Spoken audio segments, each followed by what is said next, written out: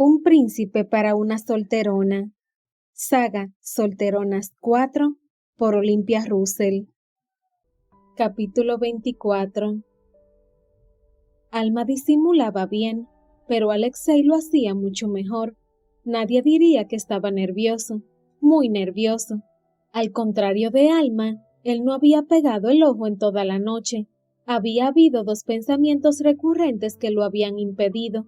Por un lado, el recuerdo de lo ocurrido en aquella habitación inmunda con su amigo y todos aquellos congéneres suyos portándose como animales salvajes, le producía náuseas, y más aún desde que Alma le había confirmado que no había estado allí por su propia voluntad. Pero no había sido eso lo que más le había perturbado, sino que en medio de ese recuerdo desagradable se colara constantemente Alma. Alma temblorosa al principio y aliviada al oírle. Alma recibiendo su abrazo y entrando en calor. Alma haciendo que su tibieza pasara también al cuerpo de él. El olor maravilloso de Alma llenándole de paz.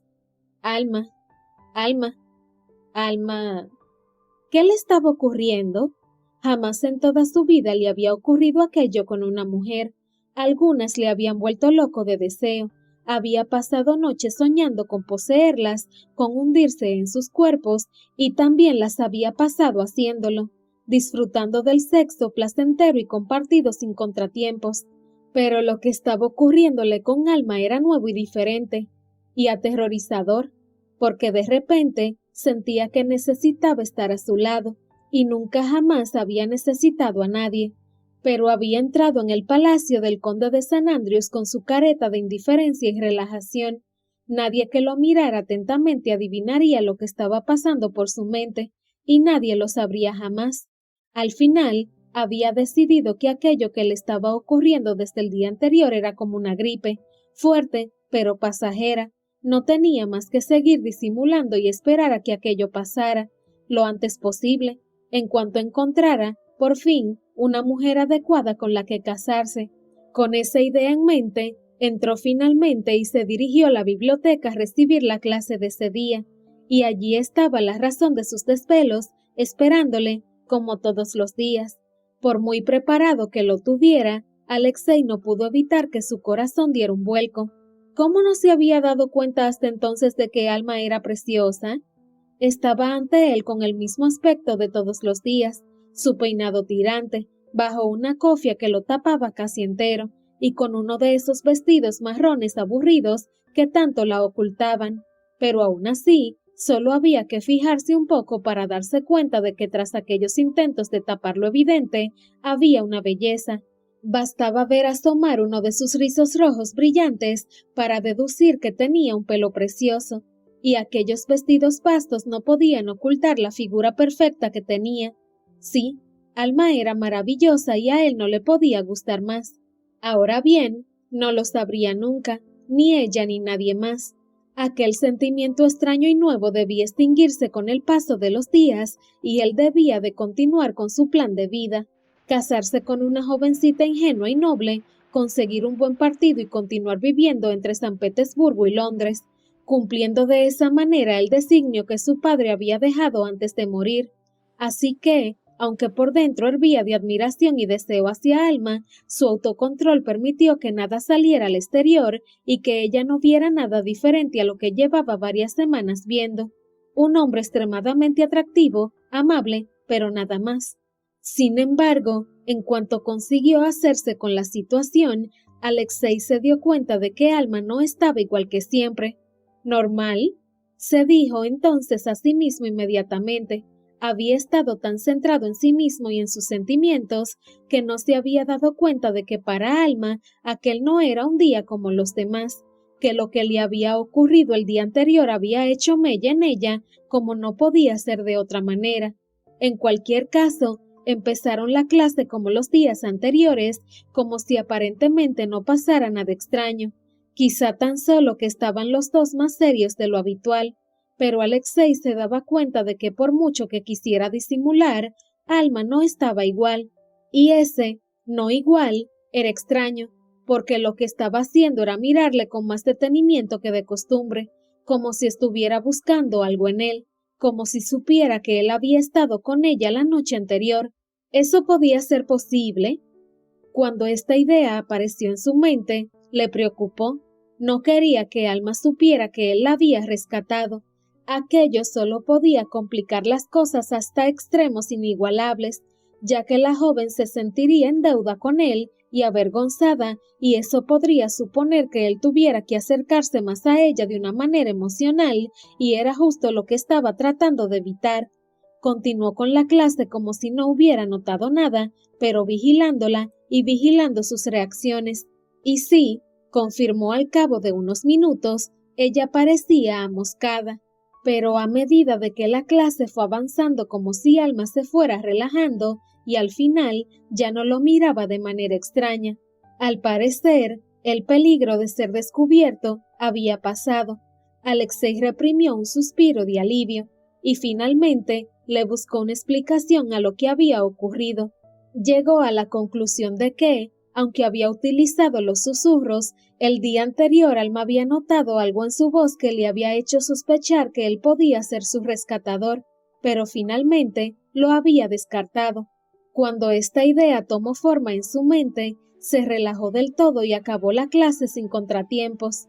Salieron los dos de la sala de estudio hacia el recibidor de entrada al palacio, como hacían todos los días al acabar las clases.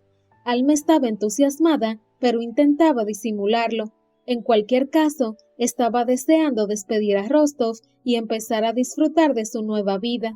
Lo que había ocurrido la noche anterior era horrible, pero más horrible había sido que Rostov la hubiera descubierto.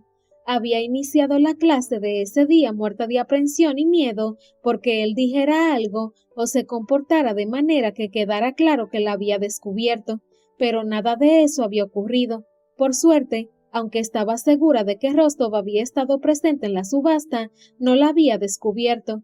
El peligro había pasado y la pesadilla de tener que darle clase tenía los días contados.